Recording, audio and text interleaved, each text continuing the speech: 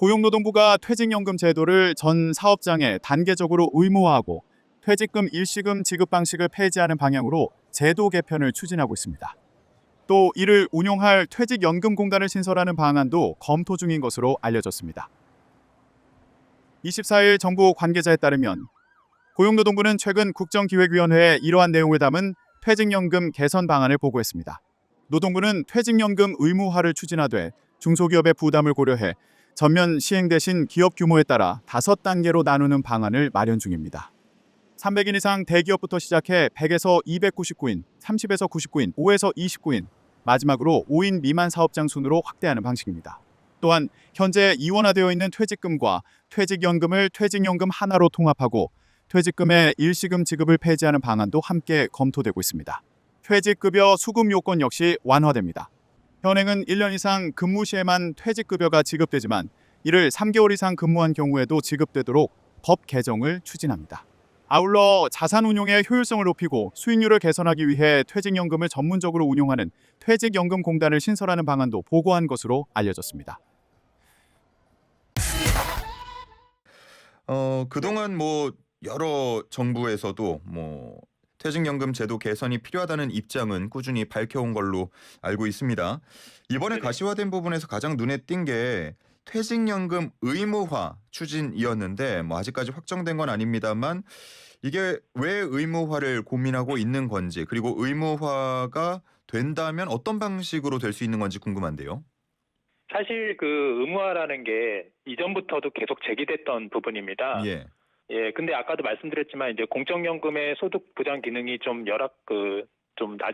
낮아지고 있는 상황에서 퇴직연금을 통한 노후소득 보장 강화를 위해서는 이 퇴직연금 의무화를 통해서 퇴직연금 가입 대상을 좀 확대할 필요가 있습니다. 음. 그런데 문제는 뭐냐면 이제 너무 의무화를 급속하게 추진하다 보면 이 재정 상태가 열악한 영세 사업장에 좀 어려움이 있습니다. 그렇기 때문에 이전에도 그랬지만 지금 앞으로도 이제 그런 의무화 도입에 대한 방향은 이 규모가 큰 기업부터 이제 순차적으로 이렇게 도입 의무화를 추진할 것으로 저는 생각이 되고 있습니다. 예. 만약 의무화가 된다고 하면은 기존의 퇴직금 제도는 사라지는 건가요? 어, 그 퇴직급여 제도의 일환화를 이제 모색하고 있습니다. 예, 맞습니다. 그렇게 해서 이제 퇴직급여 제도는 퇴직연금 제도로 이렇게 일원화하는 방향으로도 병행해서 추진될 것으로 생각되고 있습니다. 네. 예. 일각에서는 저는 그래도 퇴직금 받는 게 더 좋아요. 선택할 수 있게 해 주세요." 이런 목소리도 있을 것 같은데요. 일단 기업의 어떤 재무적 상황이 좋은 그런 기업들은 아무래도 퇴직금 제도를 해도 무방하지만 그렇지 않은 곳들이 더 많기 때문에 음.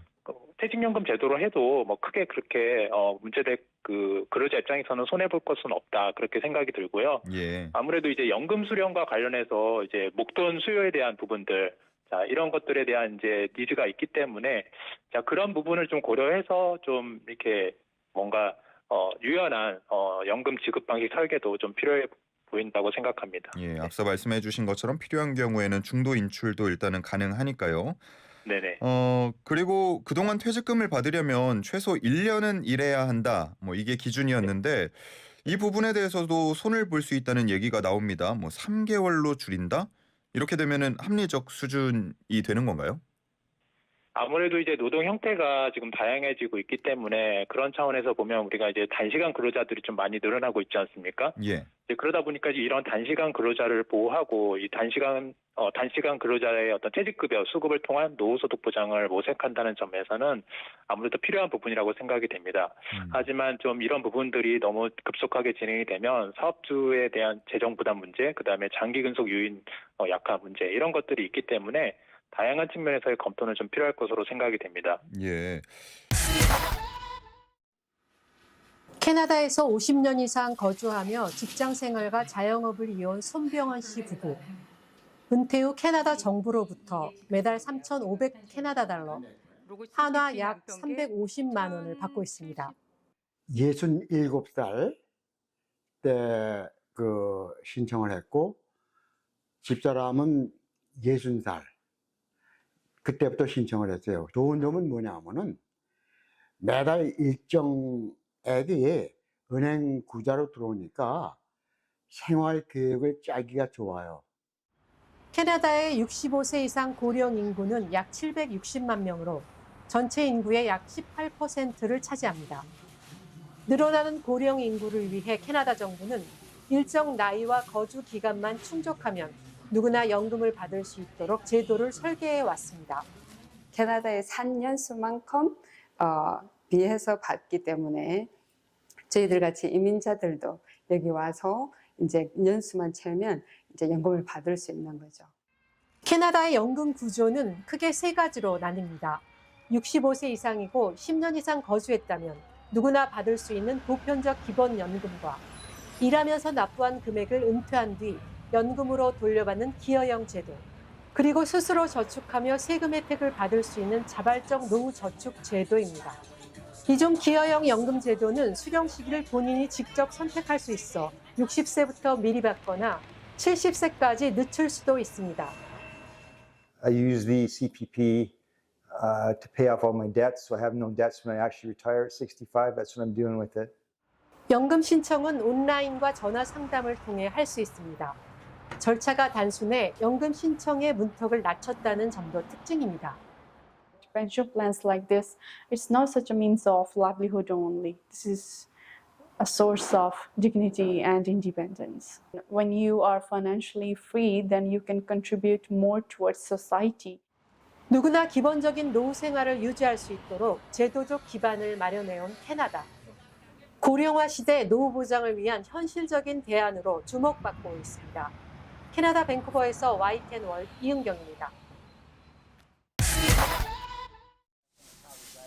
1920년대 말 미국을 뒤흔든 대공황. 역사상 최악의 경제위기 속에서 시민들은 삶의 기반을 잃었습니다. 당시 루즈벨트 대통령은 은퇴한 노인들의 안정적인 소득을 보장하는 연금제도를 포함한 사회보장법을 도입했습니다. 사회보장연금은 오늘날까지 유지되며 퇴직자들의 가장 중요한 노후 소득원으로 기능하고 있습니다. Very important. It's a subsidy. If people have not saved a specific amount of money for their retirement, they're relying specifically on Social Security or SSI, SSA, disability. There are a lot of programs that are subsidizing people that haven't prepared for their future. 현재 미국에서 연금 혜택을 받는 사람은 약 7천만 명. 연금의 재원은 근로자의 급여의 일정 비율로 부과되는 사회보장세를 통해 마련되고 있습니다. 하지만 고령화와 저출생, 노동시장 변화가 맞물리면서 2030년대 중반이면 사회보장기금이 고갈될 것으로 우려되는 상황. 이론의 연금제도 개혁은 미국 정치권의 핵심 과제로 떠올랐습니다. 특히 트럼프 2기 행정부는 정부의 비효율을 줄이기 위해 제도를 대대적으로 개혁할 거라는 의지를 피력하고 나섰습니다. 이에 바이든 전 대통령은 사회보장제도의 근간을 흔드는 시도라고 강하게 반박했습니다. 정치적 공방이 치열해질수록 불안은 고스란히 시민들의 몫입니다. 앞으로 살아가야 되는데 더 많이 불안한 거죠. 노인 인구가 점점 늘어나니까 아무래도 정부에서도 그것 때문에 많은 어려움이 있을 거고, 개인이 준비해야 되는 부분이 훨씬 더 많아질 수밖에 없는 게 지금 미국의 현실입니다. 모든 분들이 은퇴 플랜을 좀 더 심각하게 생각하시고 생각했던 것보다 더 많이 준비하셔야 되는 게 현실이라고 생각합니다. 내가 낸 세금이 과연 나에게 돌아올 수 있을지, 은퇴 이후의 삶은 어떻게 설계해야 할지, 막막함에 시달리는 시민들 앞에 미국 사회는 연금제도의 지속 가능성을 확보해야 할 중대한 선택의 기로에 서 있습니다. 미국에서 YTN 월드 조인영입니다. 튀르키예 이즈미르에서 회사를 다니던 케말 씨는 44살에 조기 퇴직을 선택했습니다. 하지만 한 달에 76만 원 정도의 연금으론 생활이 힘들자 다시 전기 기술자로 일해야 했습니다. 44 yaşında emekli oldum. Emekli olduktan sonra 44 yaşından sonra 65 yaşıma kadar yani 21 sene gene çalışmaya devam ediyorum. 튀르키예선 이처럼 조기 은퇴 뒤 다시 노동시장에 나서는 경우는 흔한 일입니다.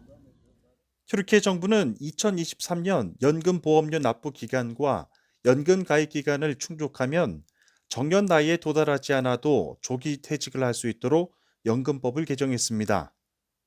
연금 수령 요건을 채웠음에도 나이가 부족해 연금을 받지 못한 사람들을 구제하기 위한 건데 뜻하지 않게 퇴직자 200만 명을 양산했습니다. 이 가운데 절반이 넘는 100만 명 이상이 다시 노동시장에 나섰습니다. 과거 70% 이상이던 소득 대체율이 50% 수준까지 떨어졌기 때문입니다. 최저연금 지급률은 35%에 불과합니다.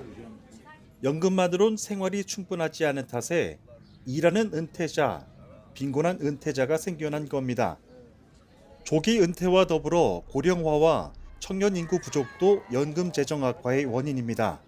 현재 연금 제도는 연금 수급자 1명에 최소 3명의 근로자가 있어야 적자를 막을 수 있는데 실제로는 1.9명에 불과합니다. 이런 불균형은 재정 적자를 키우고 청년층의 불안감을 가중시키고 있습니다.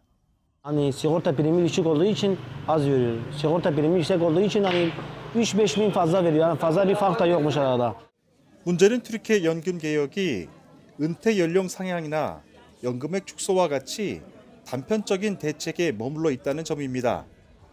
Toplumu risklere karşı koruma meselesidir. O yüzden mali sürdürülebilirliğe indirgerseniz bunu özel sigorta şirketi gibi bakarsınız. 이른 은퇴가 가능하지만 정작 은퇴 이후의 삶을 책임지지 못하는 튀르키예 연금제도.